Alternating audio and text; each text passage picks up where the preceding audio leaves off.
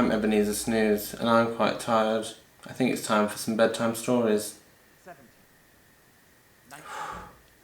Our first story is one of my personal favourites, Time for Festive Tea. Okay, here we go. A man in his mid-40s with dark brown hair, with a few hairs starting to grey.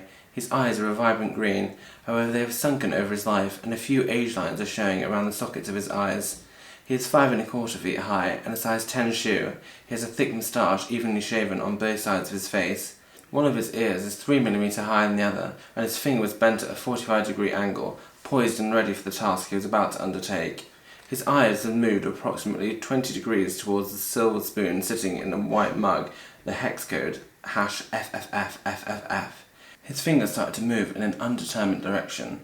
As it did, millions of cells began to kick into action, creating violent chemical reactions across his hand, forcing his hand to assume the grasping position used by so many great men and women across the ages. The mug he was going to grasp was filled with a very hot liquid, known as tea to a wide majority of the world's population.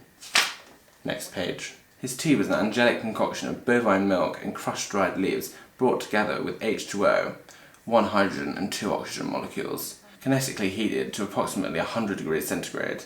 The facial muscles quiver with delight as the hot tea flows into the #FFFFFF coloured mug.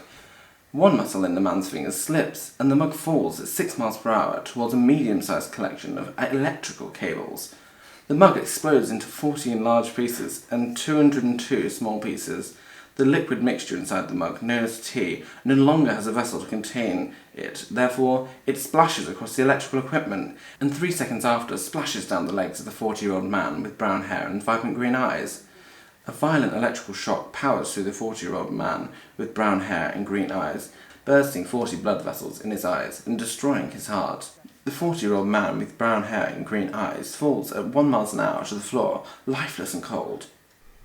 Also, it was Christmas. 277.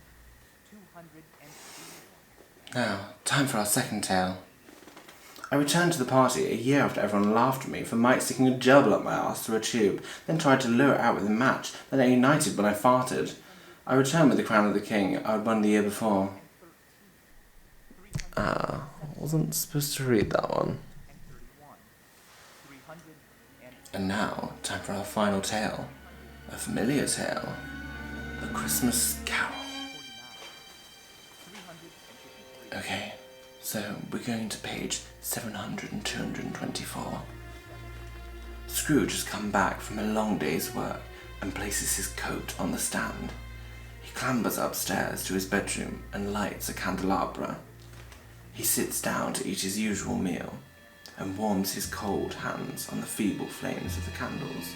As he puts the tiniest bit of supper to his lips, he is interrupted by a ghostly wail.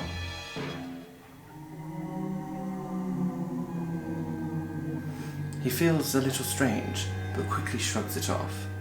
"Bah humbug," he says. Scrooge then takes a bite of his supper, only to be interrupted again, this time by a bell. This startles him, putting him on edge. More strange noises fill the house, and Scrooge becomes very unsettled. Then, suddenly, his candle blows out, leaving him in the cold darkness of the night. Silence fills the room, and Scrooge tenses up with fear. The latch on the door violently snatches upward, and the door slowly sways open.